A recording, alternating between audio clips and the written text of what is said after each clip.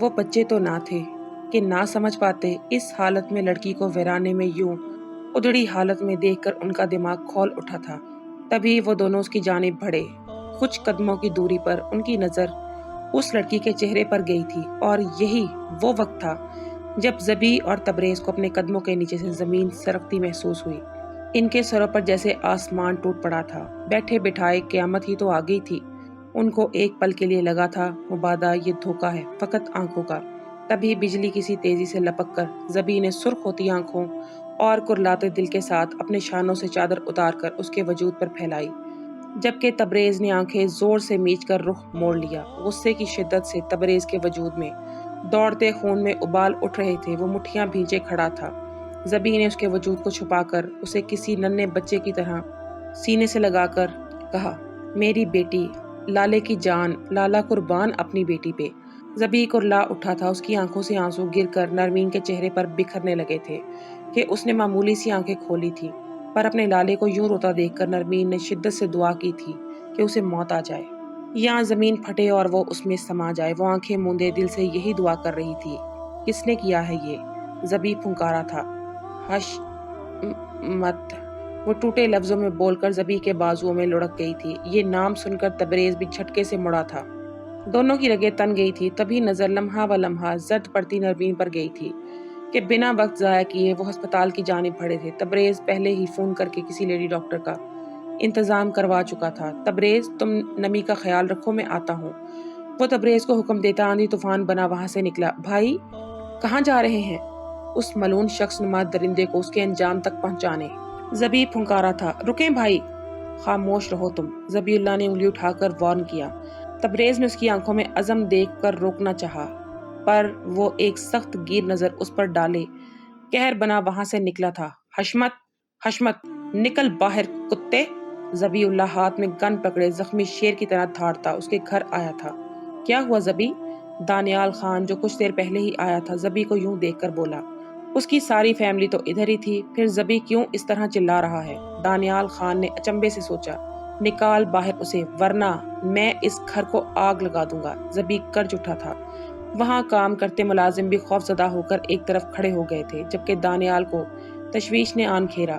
کسے؟ دانیال نے استفسار کیا۔ اپنے درندے بھائی کو، زبی گن سے اشارہ کرتا بولا۔ کیا کیا ہے میں نے جو اس طرح چلا رہے ہو؟ تبھی حشمت زینے اترتا گویا ہوا۔ اس کی چال میں غرور تھا جبکہ چہرے پر حیرانگی تھی۔ وہ لا علمی کا اظہار کرتا انجان بنتا دھڑلے سے اس کے سامنے کھڑا ہوا تھا۔ اس کو دیکھ کر زبی اس کی جانب بڑھا اور گن کی پچھلی سائیڈ اس کی کن پٹی پر دے ماری تھی کہ خون کی لکیر تیزی سے اس کے چہرے پر بہہ نکلی تھی۔ کمینے، تو نے ہماری عزت پر ہاتھ ڈالا، میں تیرا نام ہستی سے مٹا دوں گا۔ زبی اس پر وار کرتا اس کے منہ کو لہو لہان کر چکا تھا، جبکہ دانیال خان پریشانی کے عالم میں کھڑا ان کی ہاتھا پائی دیکھ رہا تھا۔ زبی رکو، کیا کر رہے ہو؟ اس کو گولی چلاتے دیکھ دانیال تیزی سے بیچ میں آتا گن تھام چکا تھا۔ چھوڑ دے دانیال مجھے، یہ آج مجھ سے نہیں بچ سکتا۔ زبی اللہ گرجا تھا۔ نہیں، میں تجھے یہ نہیں کرنے دوں گا۔ مجھے بتاؤ آخر اس نے کیا ہے؟ دانیال سلجھو میں بولا۔ اس نے گناہ کیا ہے، زندگی برباد کی ہے اس نے میری بہن کی۔ زبی لہو رنگ آنکھوں سے اسے دیکھتا بولا اور ہاتھ چھڑوانا چاہا، جبکہ حشمت فرش پر پڑا اسے ہی دیکھ رہا تھا۔ اس کے لبوں پر دل جلا دینے والی مسکراہٹ رقصا تھی۔ چونکہ دانیال کی جانب اس کی پشت تھی اس لیے وہ نہیں دیکھ پایا تھا، جبکہ زبی اس کی مکروہ مسکراہٹ دیکھ کر آگ بگولا ہو چکا تھا۔ جب ہی گن کا رخ اس کی جانب کیا۔ زبی چھوڑ اسے، بابا کو آنے دو، پھر ہوگا فیصلہ۔ تمہیں کوئی غلط فہمی ہوئی ہے، ایسے خون خرابہ مت کرو، دانیال سمجھانے کے انداز میں بولا، جبکہ زبی کی خون اشام نظریں اس پر جمی تھی۔ چھوڑ ہاتھ، میں تجھے آخری بار کہہ رہا۔ زبی نے دانیال کو دھکا دے کر دور ہٹانا چاہا۔